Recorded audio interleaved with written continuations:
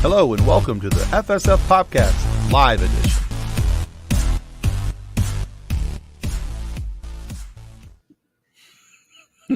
All right. Forgot to turn off my YouTube channel. Bring back. So I got it. I'm good. Almost complained that who's got their sound on? Anyway, it was me. Welcome to the FSF PopCast Live at 5. This is our Ahsoka review edition. This is for episode 4. That amazing piece of artistry that was laid out for us last night. And I am not trying to oversell it or undersell it. I honestly thought last night's episode was the best one of the series so far. And yeah, there's lots to talk about. Yeah. But before we do that, we have to remind everybody that part of what goes on in this show is that we're talking about a show that aired less than 24 hours ago. So if you haven't had a chance to watch this as of yet, if you haven't watched Ahsoka episode 4, then this may not be the show for you right here, right now. We strongly encourage you to take a step back, maybe go watch the show, because there's going to be spoilers, lots and lots of spoilers. Pretty much the whole episode that we're going to talk about today is a spoiler. So we're welcoming you here. We'd love to have you stick around, join in the comments with us down in the chat, and let's get your comments up on screen, and we'll try and react to them the best we can. But just know that from this point forward, there are spoilers. Yeah. So the episode was great. Absolutely loved it. And part of what I do before we do this is I watch other YouTube channels and see what they had to say, see if they had any sort of feedback, any points I missed, right? Right. Well, I clicked on one I don't usually watch anymore. I don't know if you're familiar with Star Wars Theory. I avoid him like the plague for everything. So on a whim, I watched his video. He had nothing but good things to say about this episode. Was there somebody off screen holding a gun to him? No, I think he legitimately enjoyed it. It was that good that even people that find fault with absolutely everything enjoyed the episode. Yeah. Okay. I'm just going to shut up because I have nothing nice to say about. I was thinking about the article you wrote and, about Star Wars fans who hate Star Wars. About toxic Star Wars fans. Yeah. Well, that would be one of them. Okay. You'll get comments. I've already put all your comments up on the screen. That's your third comment that went up on the screen. Watch the show, Kathleen. Anyway, all right. So, yes, clearly. But yeah, so we've got a lot to talk about, and we have a little bit of a list here. So we're just going to start right down at the top of them. Yep. And I love how you worded some of these, so I'm just going to read it right from your notes. Rock'em Sock'em Huyang. Yeah. So I was watching it last night, and if you're old enough, you remember Rock'em Sock'em Robots. I do. That's what it reminded me of, but it was like it was a big budget version of it, and it was great. Right? I always forget that Huyang has those two little extra arms on the back of his, his shoulders, and they kind of come up and around, and yeah. It was just great to see, and he's not built for combat. He's built for training small children. But if you've ever had to, wrestle a small child, that takes some effort. You're built for combat if you can wrestle a small child. Exactly. So even his signaling, there's a problem by, cutting the power to the ship was brilliant. I loved just his, and the fact that it's David Tennant voicing it helps a lot, but there's just the again, even in, with the fight and everything that happened, and he notices that what he just fixed was destroyed again. In David Tennant's voice, you hear him say, well, that's going to set me back a bit. Yeah. I love Huyang's personality. I love the sarcasm and the the sassy sarcasm they're giving him. Oh yeah. And I think that's a really great play with David Tennant's personality. And how much of that is written and how much of that is Tennant, I'm not exactly sure. but I like to think that it was written very boringly and robotically, and Tenet was like, no, we're going to do more. We're going to have more fun with this if we do it like this. So, yeah. You only mention wrestling a child because the dwarves are all hiding in the mountains again. I'm not entirely sure what she means by that, but let's go with it. Yeah. I got nothing. I cannot question my wife's decision-making processes or thinking patterns because I'm part of them. You are one of her decisions. Yes, exactly. So I really enjoyed that. And each episode I find that I like Hu Yang even more. Yeah. The next one you had written down was the Marok misdirect. Yes. Am I the only one who, as he got Thanos and we saw this puff of cloud go away, was the only one to sit there holding their head going, you gotta be kidding me. No. It reminded me of, like when I'm running a game for my friends and they're all coming up with these wild and crazy theories. And I'm just sitting there with that's nothing like what I have written down here. Cool idea. I might do it later, but that's not what we're looking at here. 10 points for trying, but we'll get back to that later. Thanks for giving me ideas. But yeah, so there was lots of theories that, Marok was Barriss Ophi, that Marok was Ezra Bridger, that Marok was Star Killer. Yep. Galen Sarek. Because, but there was a lot of different theories about who this person was. Now, I don't think that we're done with Marok by a long stretch, even though he was dead in the scene. And I have a long-standing theory of no body, no dead. However, I saw him get Thanos and, flutter away on the screen. That's pretty dead. Yeah. Depending on what he is. Right. It also reminded me of when Savage Opress was killed and all the Night Sisters smoke came out of him. Yeah. So, you might be onto something there. Well, maybe. That's not my theory. I got it from somebody else, but just saying, it could be a thing. It could be. Could be a thing. Know. Yeah. So, but yeah, I also say that because I don't think it's going to be a quick kill and get rid of for him having as little screen time as he did for Disney to make a show poster about him. If he was such a minor character or an unimportant character, I don't think that we would have a Lucasfilm Disney, show poster along, with him centrally located on it. That makes sense in the modern era. But if you think back, a few years to episode 1. Don't say Darth Maul. Don't say Darth Maul. Yeah, he was in absolutely all the promotional material. He was on the packaging of the action figures, which I still have dozens of in my attic. Yeah. And that's the thing that almost got me to well, that's one of the reasons I did hate that movie at first, but yeah. It wasn't Jar Jar? No, he was definitely part of it, but they didn't give me enough of my boy Darth Maul. That was yeah. So we'll see if he comes back. Cool. If not, he was just another Inquisitor who got killed by Ahsoka. There's a lineup of them. It's entirely possible. So yeah, I don't think that we're done with him. I do think we're going to see more of him. How, why, and how, where it's all going to happen remains to be seen. We've got 4 episodes left, so kind of see what happens as we move on. And then also you had a note here about Baylan Skoll. So I want you to talk about your thoughts about Baylan Skoll. And now, first off, before we get to your thoughts, I absolutely love the way that Ray Stevenson is playing him. Yes. And it is such a suck piece of reality of life that this character does not move forward with Ray Stevenson because he's dead. Unfortunately, he tragically died before the season even began. Yeah. And, only come to find out, I've liked Ray in other movies and other shows. And I thought, well, it'd be kind of cool to see him as possibly a dark Jedi. This might be really cool. And yeah, he's freaking amazing as Baylan Skoll. And so, please continue. So throughout the entire show, he has wanted to avoid violence. He hasn't just wanted to kill and destroy, like you would expect a dark Jedi or a Sith too, based on everything we've seen and read in the last 40 years. And so I don't think he's really a bad guy. I think he possibly has good motives. He's just with the wrong crowd.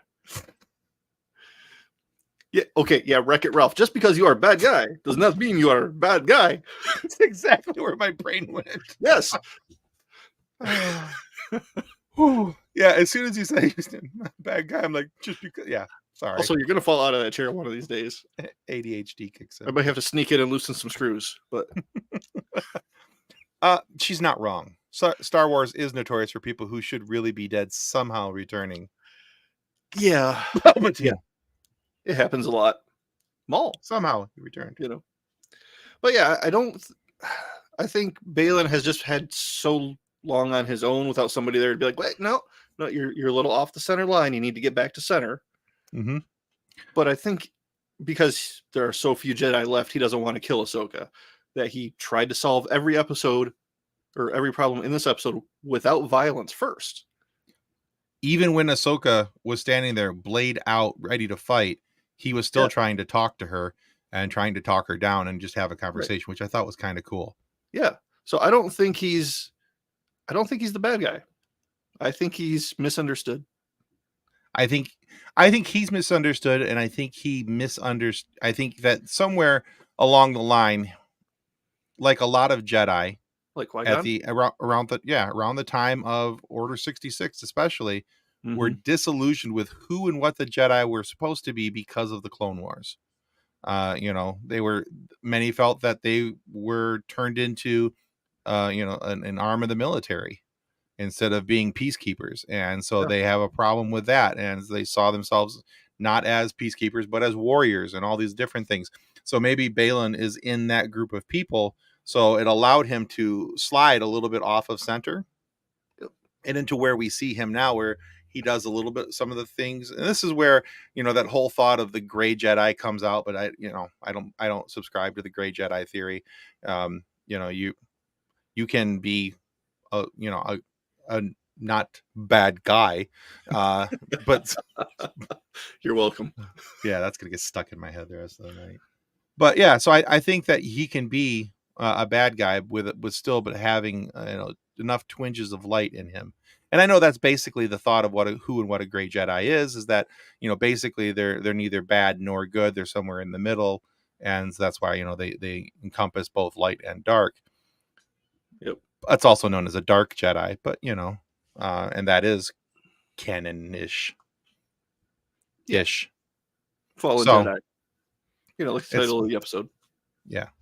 So I'm very excited to see where Balin goes next, and I'm wondering if by the end of the series, this first season of the series, if there is a change in who and what Balin is because of this journey and what happens with Thrawn coming back and all these different things. So I'm kind of curious if him meeting Ezra will help change that.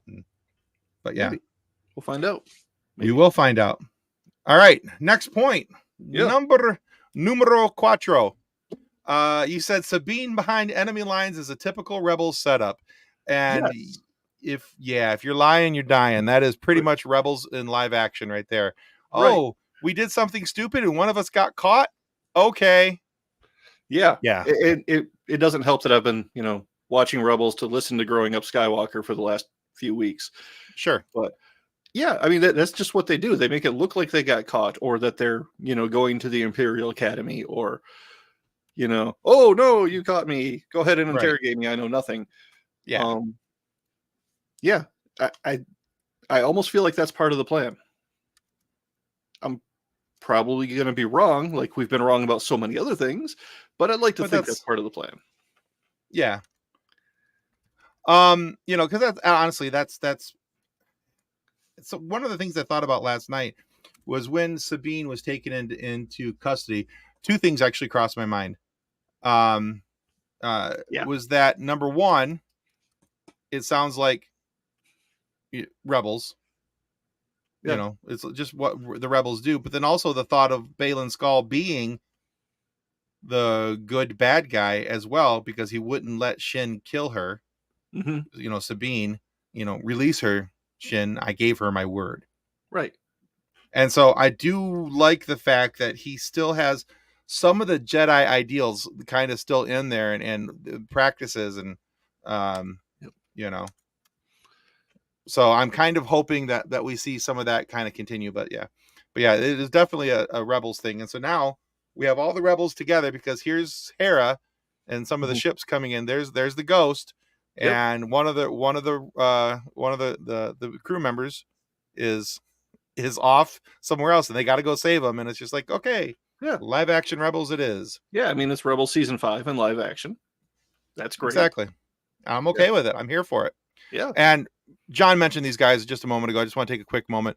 This name that you see here popping up at the bottom of the screen, Growing Up Skywalker, we absolutely adore that show. Everybody on our show loves these guys. Sam and Anna have an amazing, amazing Star Wars show. So we strongly recommend you guys go check them out. They're reviewing Rebels right now, and they're getting ready to get into some Andor as well. But yeah, check them out. And you can see Sam every month on our Star Wars RPG as well. So yeah, Yes. good times with them. Right. But then also, okay, so yeah, so that was typical setups. We have more Rebels fun coming up. Your next point you mentioned was weaponized hyperspace jumping. Tell me what you're talking about there. So the Eye of Sion jumped Yep. into hyperspace and created some sort of shockwave that severely impacted all of the surrounding ships, the X-Wings, the Ghosts. And made a couple of them crash into each other. Yeah. I mean, we've seen hyperspace jumps hurt ships before. Most people complained about it, you know. But that was done in a different way, though. Right. But it's still been done before. Well, I mean, it's being done now so that it can be done then. Yes. But, okay, so here's the difference between what I think you're talking about in The Last Jedi and what's happening here. So this, to me, reminded me more of like what happens at the end of season 4 of Rebels, when the Purrgil take off and it damages the other ships around them, because they create such a tremendous energy wave around them when they take off, because the amount of hyperspace juice, yeah, we'll go with that, required to get from one galaxy to the other, it wells up such a huge well of energy that it dissipates out into the surrounding area. And that's what happens with the Purrgil when they take off as well. So I'm thinking that something more similar along those lines, versus the I'm going to drive my ship through the center of your ship type of situation. Right. But, you know, if there had been a larger object further along in front of the eye, would it have had the same effect as the holdo maneuver? I think so. Well, yeah, absolutely would have. Exactly. Well, and I thought we were going to see like a miniature version of the holdo maneuver, because they were like, there's ships out in front of you. And she's like, who cares? Go for it anyway. So I thought we were going to see them not hit each other because of the runoff of electricity or energy from the Eye of Sion. I thought we were going to see them get destroyed by the Eye of Sion, like it was going to fly through the X-Wings or something like that. Yeah. So but I could see Hera putting that in a mission report, and then, you know, a few years later, Holdo sitting there, hey, you know, that sounds like a cool idea. Let's see if we can do that. I read about this one thing that this one other person did. Yeah. So yeah. Sorry. Yeah. So yeah, it'll be interesting to see what all is going to be used, because there were 9 hyperspace drives that were taken for the Eye of Sion. Only 7 of them were used. There's 2 left over. So I'm kind of curious, if you pause it and you count it, there's 9 taken. You pause it and count it, there was 7 used. I have a theory about that as well. I'm pretty sure that those are for the use of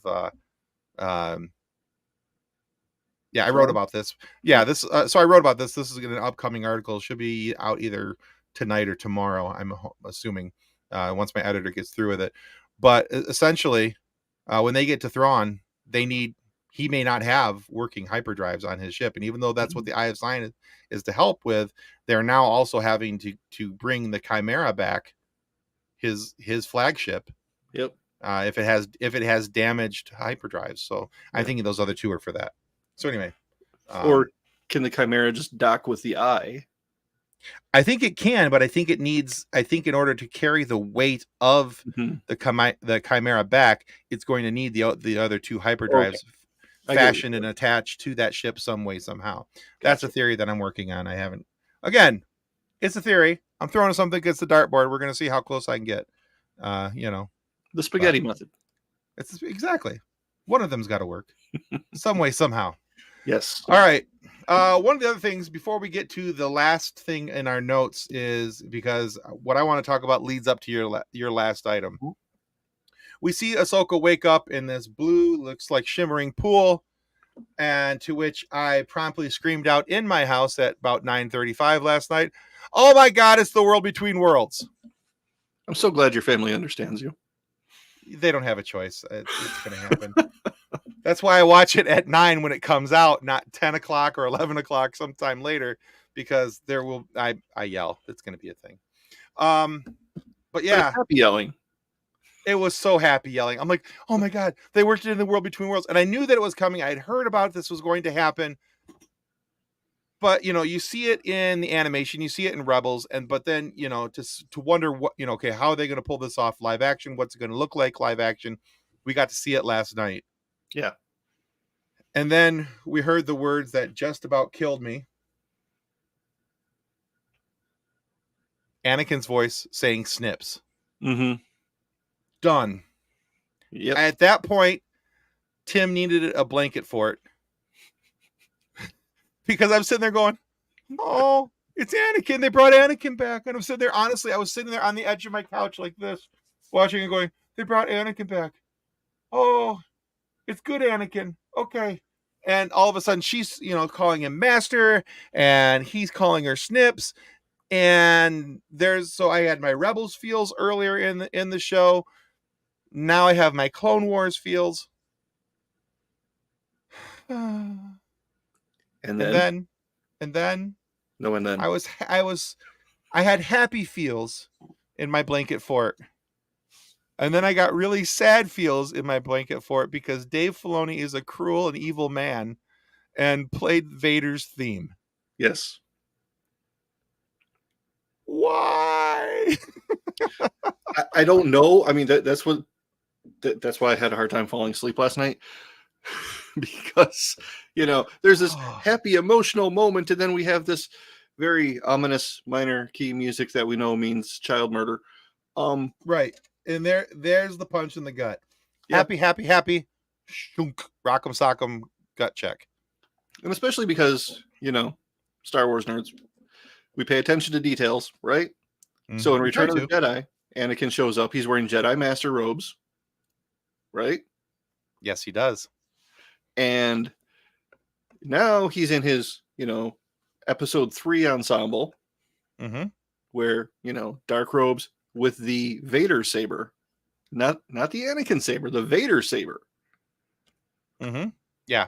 And so is it a good Anakin or is it a bad Anakin? Yeah, which Anakin are we getting? Did somebody drop a house on his sister? The thing is, I mean, I'm hoping it's the good Anakin, but I know that it's not going to be. And here's why I say that I know that it's not going to be. Okay, so in a bit of quick news.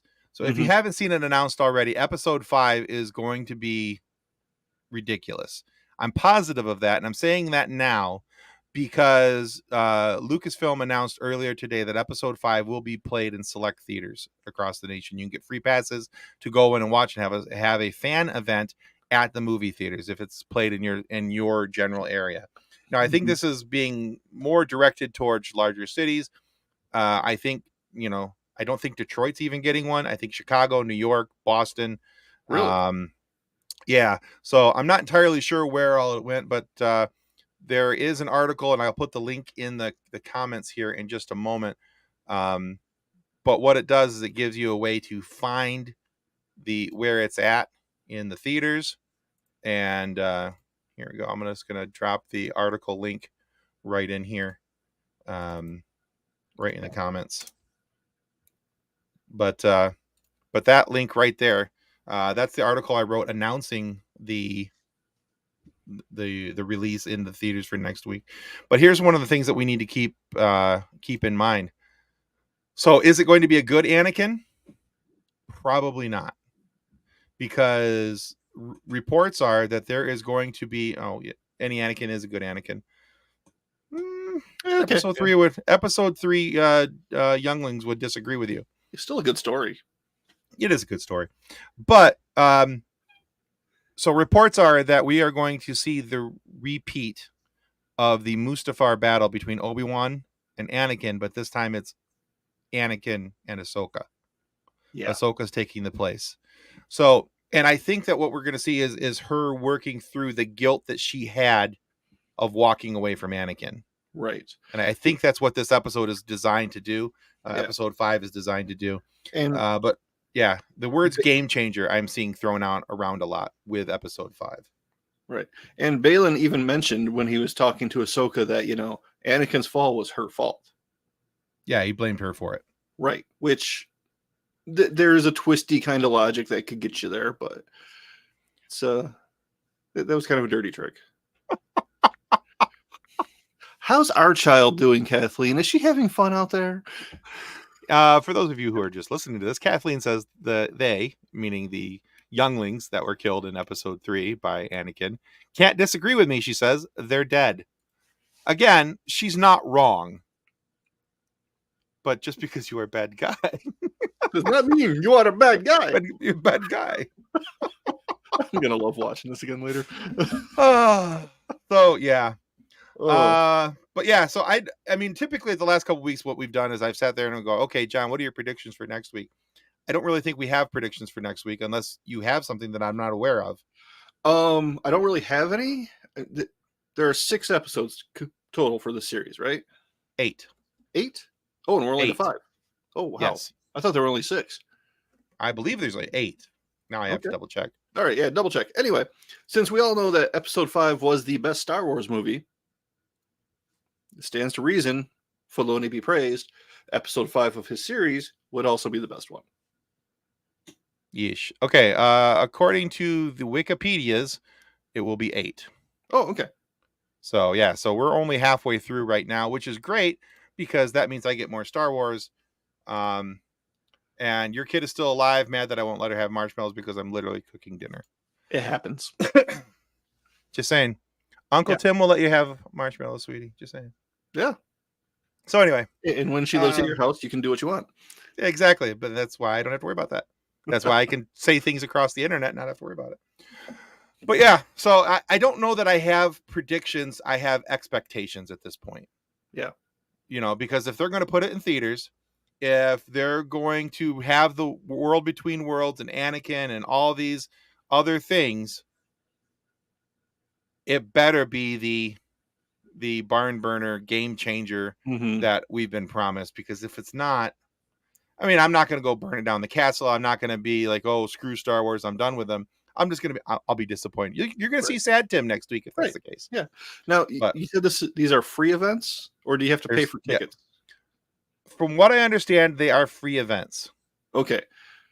Because I was going to say, if it was that you had to pay to watch the episode in a theater, that makes sense because, there's nothing else going into theaters anytime soon with, the Thanks, writer Taylor strike Swift. and the actor strike. I mean, except for that Taylor Swift movie, which has $125 million in pre-sale tickets.